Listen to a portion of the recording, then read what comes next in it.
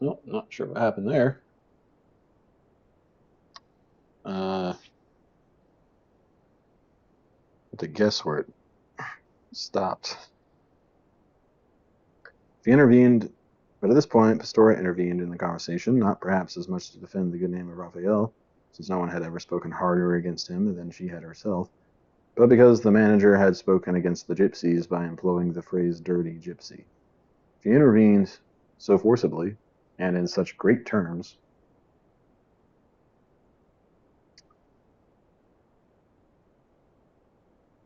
that the manager was reduced to silence.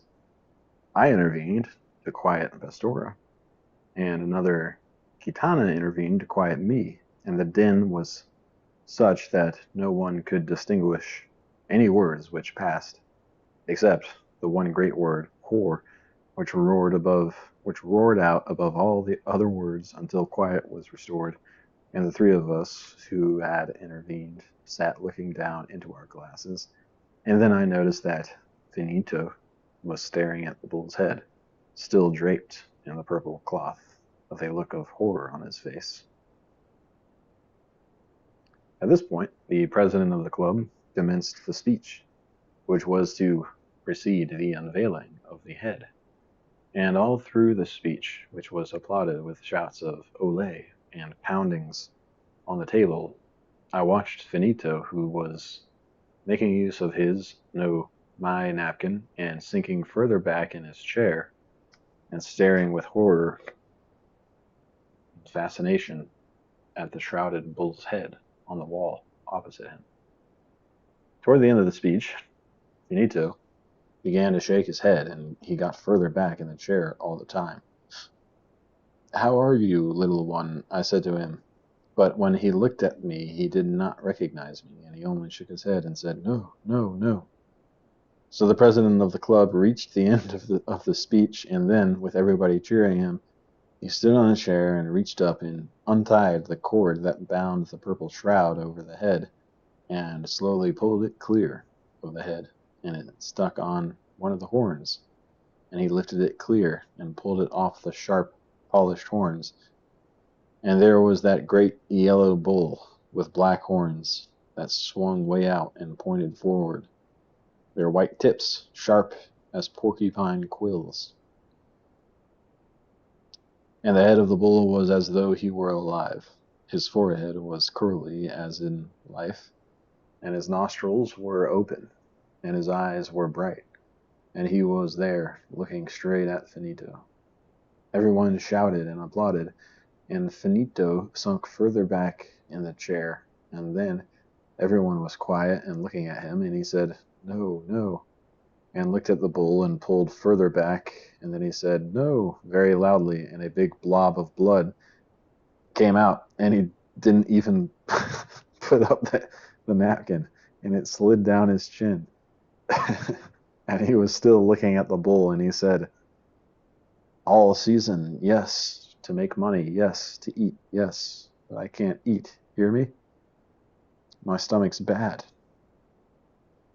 But now, with the season finished, no, no, no." He looked around at the table, and then he looked at the bull's head and said, "No," once more. And then he put his head down, and he put his napkin up to his mouth. And then he just sat there like that, and said nothing, and the banquet, which had started so well and promised to mark an epoch in hilarity and good fellowship, was not a success.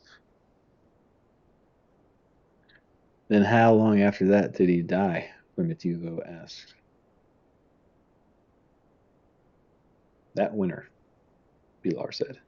"He never recovered from that last blow with the flat of the horn in Zaragoza.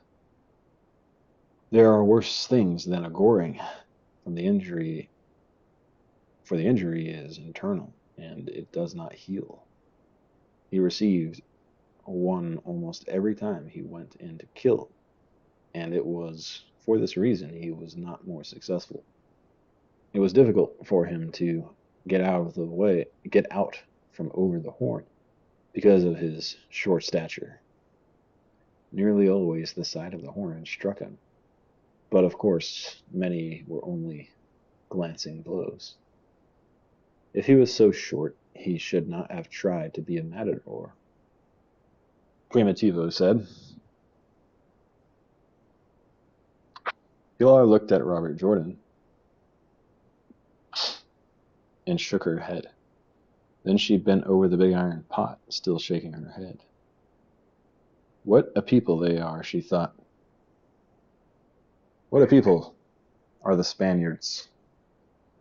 And if he was so short, he should not have tried to be a matador.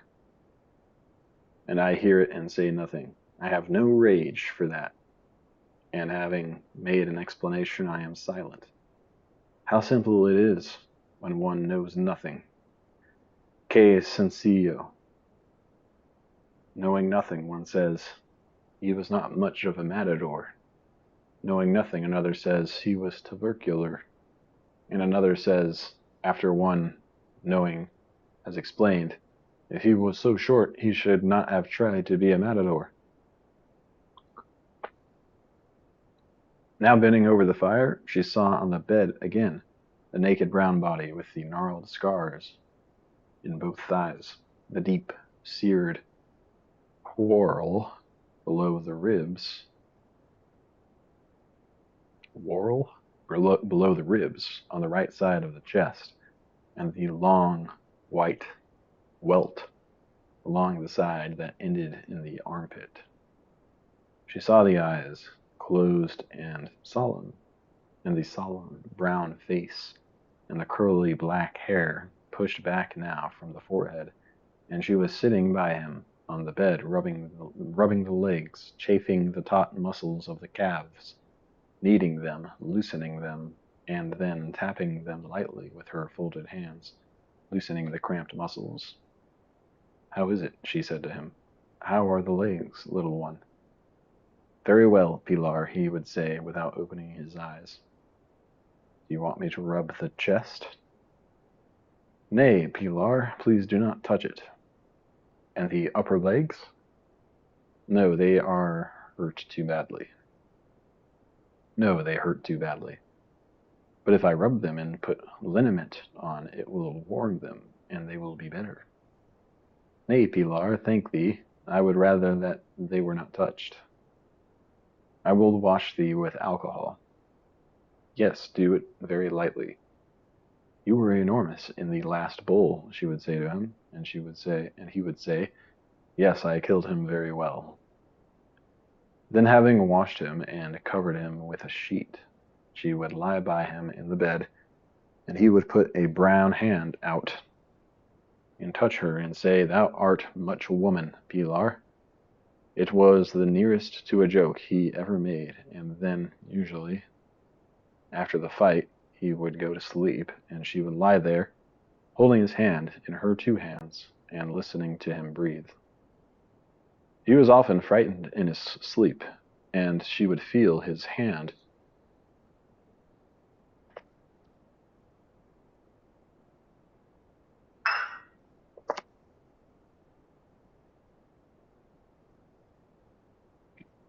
grip tightly, and see the sweat bead on his forehead. And if he woke, she said, it's nothing, and he slept again. She was with him thus 5 years, and never was unfaithful to him. That is almost never. And then after the funeral, she took up with Pablo, who led picador horses in the ring, and it was like all the bulls that Finito had spent his life killing. But neither bull force nor bull courage lasted, she knew now. And what did last? I last, she thought. Yes, I have lasted. But for what? Maria, she said, pay some attention to what you are doing. That is a fire to cook with, not to burn down a city. Just then, the gypsy came in the door. He was covered with snow, and he stood there, holding his carbine and stamping the snow from his feet. Robert Jordan stood up and went over to the door. Well, he said to the gypsy. 6-hour watches, 2 men at a time on the big bridge, the gypsy said. There are 8 men and a corporal on the road. Mender's hut. There is thy chronometer. What about the sawmill post? The old man is there. He can watch that and the road both. And the road? Robert Jordan asked. The same movement as always, the gypsy said. Nothing out of the usual. Several motor cars. The gypsy looked cold. His dark face was drawn with the cold, and his hands were red. Standing in the mouth of the cave, he took off his jacket and shook it. I stayed until they changed the watch, he said.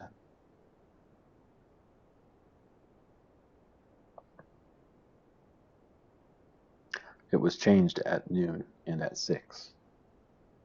That is a long watch. I am glad I am not in their army. Let us go for the old man, Robert Jordan said, putting on his leather coat. Not me, the gypsy said. I go now for the fire and the hot soup. I will tell one of these where he is, and he can guide you. Hey, loafers, he called to the men who sat at the table. Who wants to guide the Inglés to where the old man is watching the road? I will go, Fernando rose. Tell me where it is. Listen, the gypsy said. It is here, and he told him where the old man Anselmo was posted. End of chapter 14.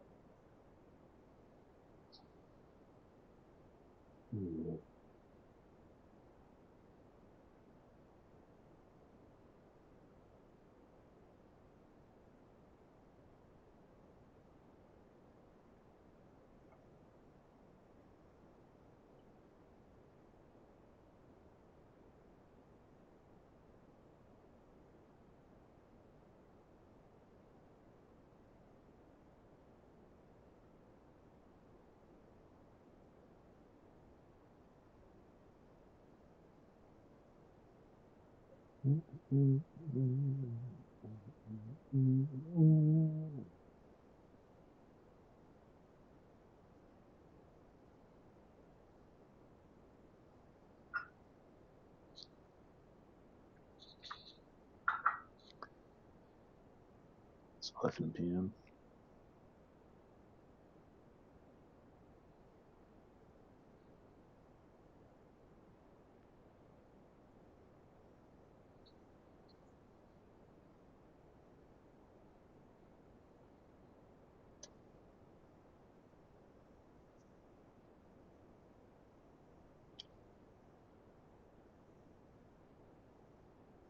That's a very long chapter. We'll read chapter 15 and then call it a night.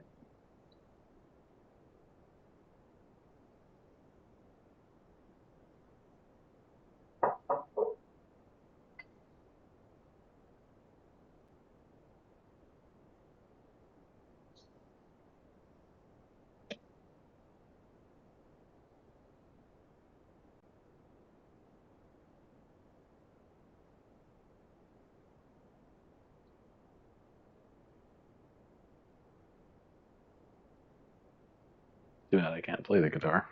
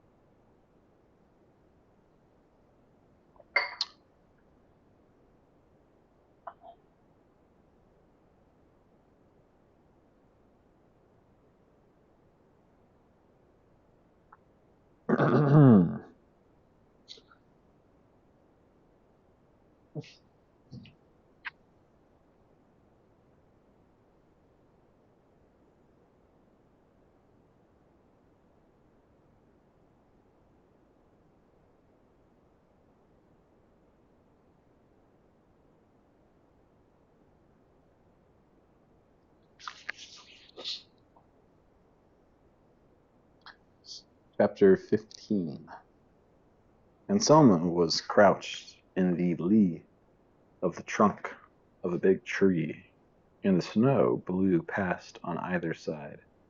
He was pressed close against the tree, and his hands were inside of the sleeves of his jacket, each hand shoved up into the opposite sleeve, and his head was pulled as far down into the jacket as it would go.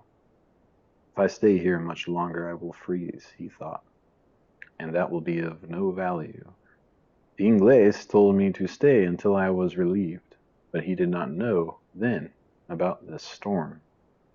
There has been no abnormal movement on the road, and I know the dispositions and the habits of this post at the sawmill across the road. I should go now to the camp. Anybody with sense would be expecting me to return to the camp. I will stay a little longer, he thought, and then go to the camp. It is the fault of the orders which are too rigid. There is no allowance for a change in circumstance. He rubbed his feet together and then took his hands out of the jacket sleeves and bent over and rubbed his legs with them and patted his feet together to keep the circulation going. It was less cold there, out of the wind, in the shelter of the tree, but he would have to start walking shortly. As he crouched, rubbing his feet, he heard a motor car on the road. It had on chains, and one link of the chain was slapping, and as he watched, it came up the snow-covered road, green and brown painted, in broken patches of daubed color, the windows blued over so that you could not see in, with only a half circle left clear in the blue for the occupants to look out through. It was a 2-year-old Rolls-Royce town car, camouflage for the use of the general staff, but officers sat wrapped in their capes. 2 were on the back seat, and 1 sat on the folding chair. The officer on the folding chair was looking out of the slit in the blue of the window as the car passed. But Anselmo did not know this. Neither of them saw the other.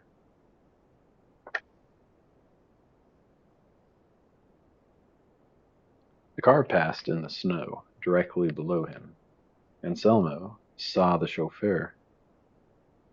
The chauffeur, red-faced and steel-helmeted, his face and helmet projecting out of the blanket cape he wore, and he saw the forward jut of the automatic rifle the orderly who sat beside the chauffeur carried. Then the car was gone up the road, and Anselmo reached into the inside of his jacket and took out from his shirt pocket the 2 sheets torn from Robert Jordan's notebook and made a mark after the drawing of a motor car. It was the 10th car up for the day. 6 had come down. 4 were still up. It was not an unusual amount of cars to move upon that road, but Anselmo did not distinguish between the Fords, Fiats, Opels, Renaults, and Citroëns of the staff of the division that held the passes and the line of the mountain, and the Rolls-Royces, Lancias, Mercedes, and Isotas of the general staff. This was the sort of distinction that Robert Jordan should have made, and if he had been there instead of the old man, he would have appreciated the significance of these cars which had gone up. But he was not there, and the old man simply made a mark for a motor car going up the road on the sheet of notepaper. Anselmo was now so cold that he decided he had best go to camp before it was dark. He had no fear of missing the way, but he thought it was useless to stay longer, and the wind was blowing colder all the time, and there was no lessening of the snow. But when he stood up and stamped his feet and looked through the driving snow at the road, he did not start off up the hillside, but stayed leaning against the sheltered side of the pine tree. The Inglés told me to stay, he thought. Even now he may be on the way here, and if I leave this place, he may lose himself in the snow searching for me. All through this war we have suffered from a lack of discipline, and from the disobeying of orders, and I will wait while still for the Inglés. And I will wait a while still for the Inglés. But if he does not come soon, I must go in spite of all orders, for I have a report to make now, and I have much to do in these days, and to freeze here is an exaggeration and without utility.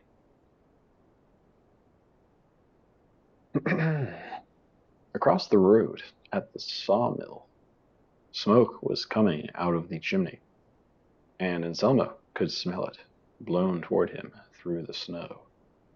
The fascists are warm, he thought, and they are comfortable, and tomorrow night we will kill them. It is a strange thing, and I do not like to think of it. I have watched them all day, and they are the same men that we are.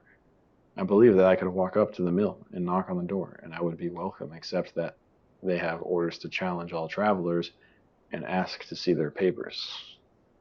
It is only orders that come between us. Those men are not fascists. I call them so, but they are not. They are poor men as we are. They should never be fighting against us, and I do not like to think of the killing. These at this post are Gallegos. I know that from hearing them talk this afternoon. They cannot desert, because if they do, their families will be shot. Gallegos are either very intelligent or very dumb and brutal. I have known both kinds.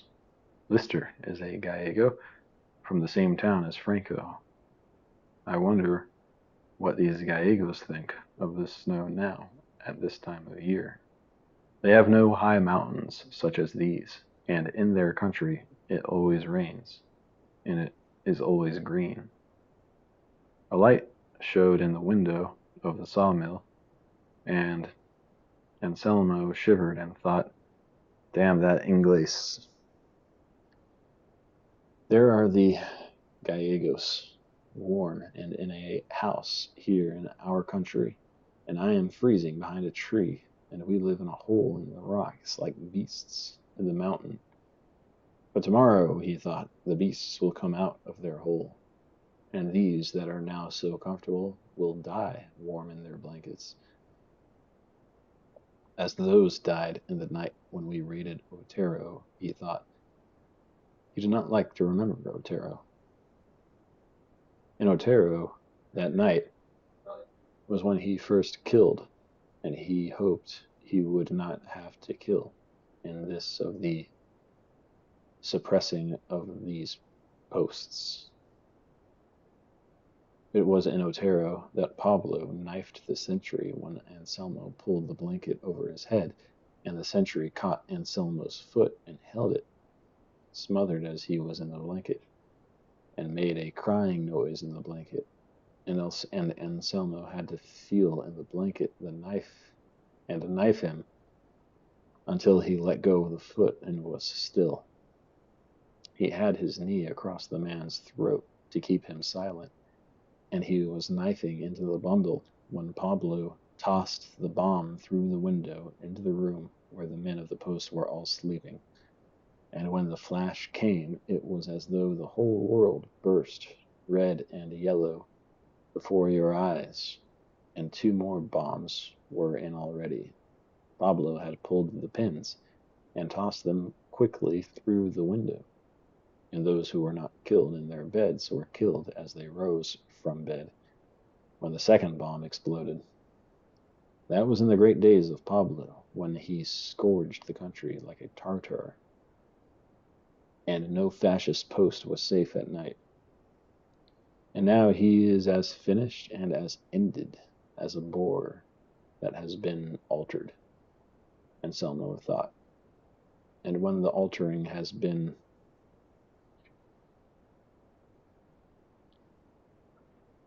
accomplished, and the squealing is over, ye cast the two stones away, and the boar, that is a boar no longer, goes snouting and rooting up to them and eats them. No, he is not that bad, Anselmo grinned. One can think too badly even of Pablo, but he is ugly enough and changed enough.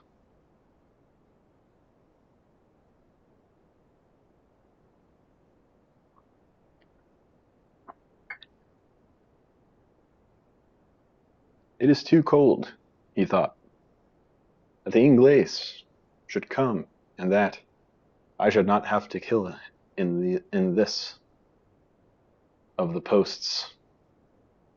These 4 Gallegos and their corporal are for those who like the killing. The Inglés said that. I will do it if it is my duty, but the Inglés said that I would be with him at the bridge, and that this would be left to others. At the bridge, there will be a battle, and if I am able to endure the battle, then I will have done all that an old man may do in this war. But let the Inglés come now, for I am cold, and to see the light in the mill where I know that the Gallegos are warm makes me colder still. I wish that I were in my own house again, and that this war were over. But you have no house now, he thought. You must win this war before you can ever return to your house. Inside the sawmill, one of the soldiers was sitting on his bunk and greasing his boots. Another lay in his bunk, sleeping. The third was cooking, and the corporal was reading a paper. Their helmets hung on nails driven into the wall, and their rifles leaned against the plank wall. What kind of country is this where it snows when it is almost June? The soldier who was sitting on the blanket said. It is a phenomenon, the corporal said. We are in the moon of May, the soldier who was cooking said. The moon of May has not yet terminated. What kind of country is it where it snows in May? The soldiers on the bunk insisted.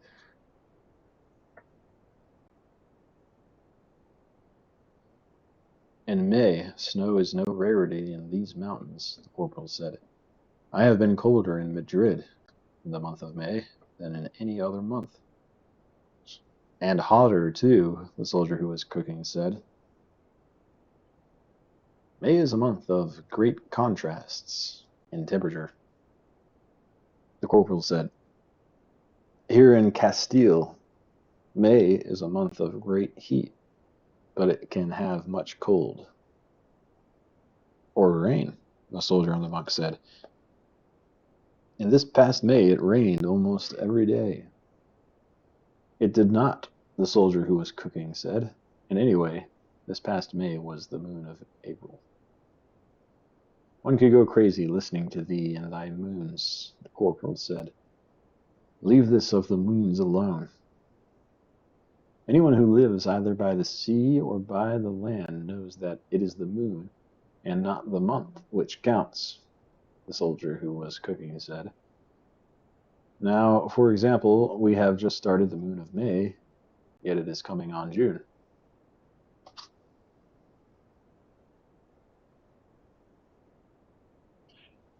Why then do we not get definitely behind in the seasons? The corporal said. The whole proposition gives me a headache. You are from a town, the soldier who was cooking said. You are from Lugo. What will you know of the sea or of the land? One learns more in a town than you anal, analphabetos learn in thy sea or thy land. In this moon, the first of the big schools of sardines come, the soldier who was cooking said. In this moon, the sardine boats will be outfitting, and the mackerel will have gone north. Why are you not in the navy if you come from Noia? The corporal asked. Because I am not inscribed from Noia, but from Negreira, Negreira, Negreira, Negreira, where I was born, and from Negreira, which is up the river, Tambra, they take you for the army. Worse luck, said the corporal. Do not think the navy is without peril, the soldier who was sitting on the bunk said. Even without the possibility of combat, that is a dangerous coast in the winter. Nothing can be worse than the army, the corporal said. And you, a corporal, the soldier who was cooking said. What a way of speaking is that?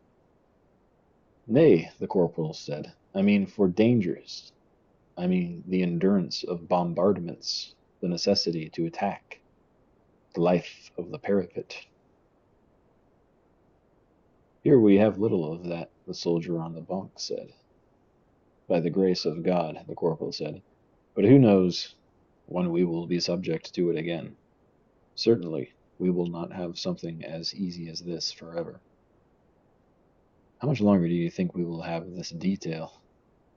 I don't know, the corporal said, but I wish we could have it for all of the war.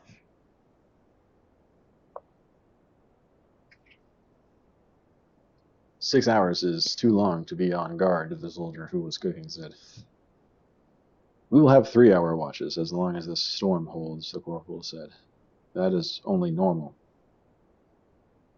"What about all those staff cars?" the soldier on the bunk asked. "I do not like the look of all those staff cars."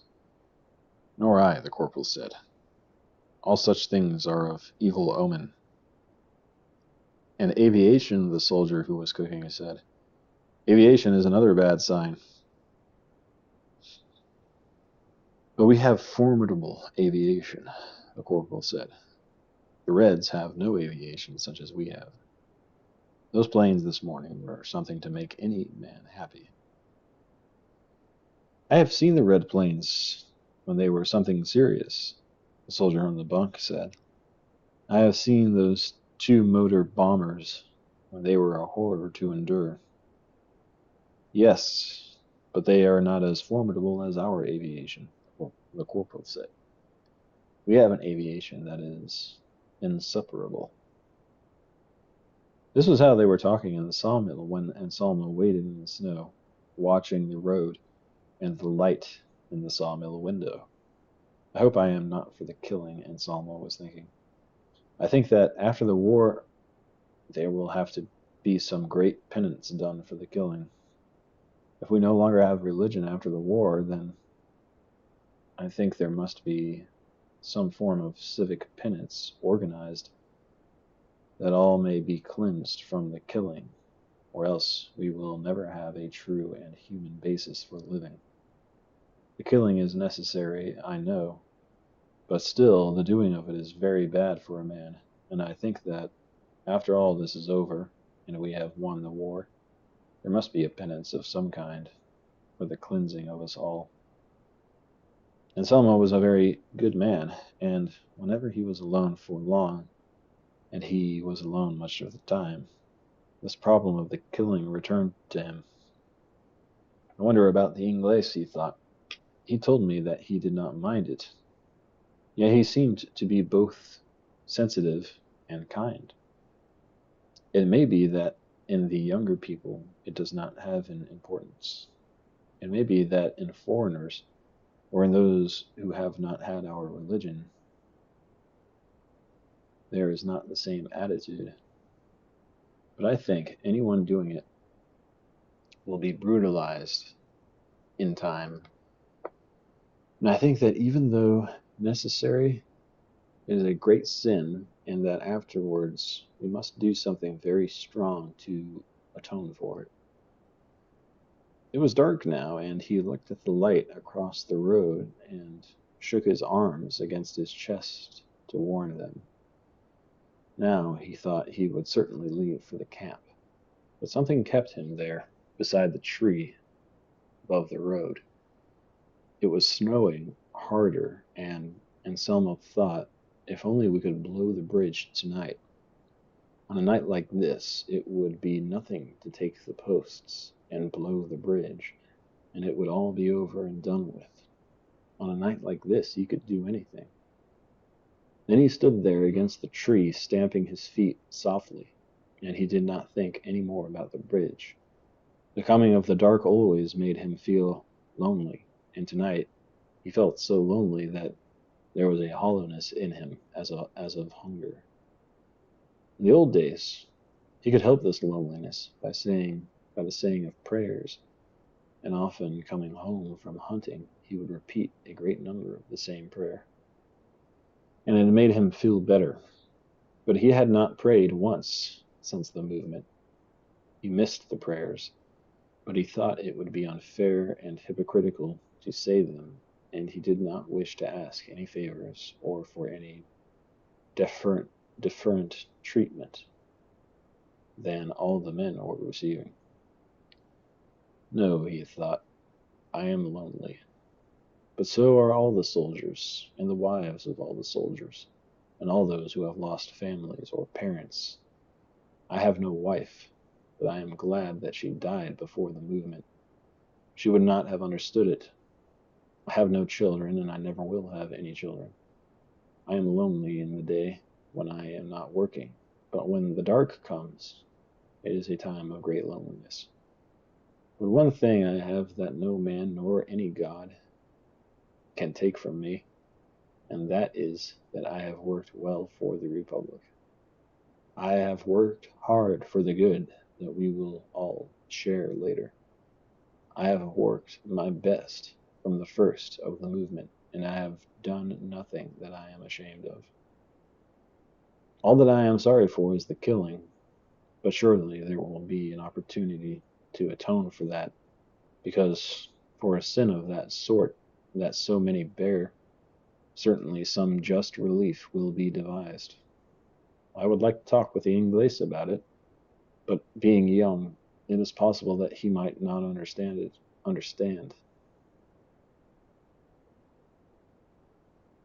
He mentioned the killing before, or was it I that mentioned it? He must have killed much, but he shows no signs of liking it. And those who like it, there is always a rottenness. It must really be a great sin, he thought, because certainly it is the one thing we have no right to do, even though, as I know, it is necessary.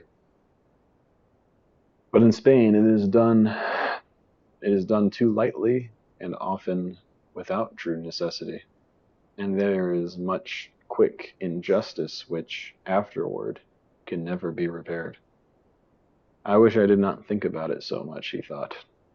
I wish there were a penance for it that one could commence now, because it is the only thing that I have done in all my life that makes me feel badly when I am alone. All the other things are forgiven, or one had a chance to atone for them by kindness or in some decent way. But I think this of the killing must be a very great sin, and I would like to fix it up. Later on, there may be certain days that one can work for the state or something that one can do that will remove it. It will probably be something that one pays as in the days of the church, he thought, and smiled. The church was well organized for sin. That pleased him, and he was smiling in the dark when Robert Jordan came up to him. He came silently, and the old man did not see him until he was there. Hola, viejo, Robert Jordan whispered, and he clapped him on the back. How's the old one? Very cold, Anselmo said. Fernando was standing a little apart, his back turned against the driving snow. Come on, Robert Jordan whispered. Get on up to camp and get warm. It was a crime to leave you here so long. That is their light, Anselmo pointed. Where's the sentry? You do not see him from here. He is around the bend. The hell with him, Robert Jordan said. You tell me at camp. Come on, let's go. Let me show you, Anselmo said. I'm going to look at it in the morning, Robert Jordan said. Here, take a swallow of this. He handed the old man his flask. Anselmo tipped it up and swallowed. Aye, he said and rubbed his mouth. It is fire. Come on, Robert Jordan said in the dark. Let us go. It was so dark now, you could only see the flakes blowing past and the rigid dark of the pine trees. Fernando was standing a little way up the hill. Look at that cigar store Indian, Robert Jordan thought. I suppose I have to offer him a drink. Hey, Fernando, he said, and he came up to him. A swallow? No, said Fernando, thank you. Thank you, Robert Jordan thought. I'm glad cigar store Indians don't drink. There isn't too much of that left. Boy, I'm glad to see this old man, Robert Jordan thought. He looked at Anselmo and then clapped him on the back again as they started up the hill. I'm glad to see you, viejo, he said to Anselmo. If I ever get gloomy, when I see you, it cheers me up. Come on, let's get up there. They were going up the hill in the snow. Back to the place of Pablo, Robert Jordan said to Anselmo. It sounded wonderful in Spanish. El Palacio del Miedo, Anselmo said. The Palace of Fear. La Cueva de los Huevos Perdidos. Perdidos. Robert Jordan tapped the other happily. The Cave of the Lost Eggs. What eggs? Fernando asked. A joke, Robert Jordan said. Just a joke. Not eggs. You know, the others. But why are they lost? Fernando asked. I don't know, said Robert Jordan. Take a book to tell you. Ask Pilar. Then he put his arm around Anselmo's shoulder and held him tight as they walked and shook him. Listen, he said, I'm glad to see you here. You don't know what it means to find somebody in this country in the same place they were left. It showed what confidence and intimacy he had that he could say anything against the country. I am glad to see thee, Anselmo said, but I was just about to leave. Like hell you would have, Robert Jordan said happily. You'd have frozen first. How was it up above? Anselmo asked. Fine, said Robert Jordan. Everything is fine. He was very happy with that sudden, rare happiness that can come to anyone with a command and a revolutionary arm. The happiness of finding that even one of your flanks holds. If both flanks ever held, I suppose it would be too much to take, he thought. I don't know who is prepared to stand that. And if you extend along a flank, any flank, it eventually becomes one man. Yes, one man. This was not the axiom he wanted. But this was a good man. One good man. You are going to be the left flank when we have the battle, he thought. I better not tell you that yet. It's going to be an awfully small battle, he thought, but it's going to be an awfully good one. Well, I always wanted to fight one of my own. I always had an opinion on what was wrong with everybody else's, from Agincourt down. I will have to make this a good one. It's going to be small but very select. If I have to do what I think I will have to do, it will be very select indeed. Listen, he said to Anselmo, I'm awfully glad to see you. And me to see thee, the old man said.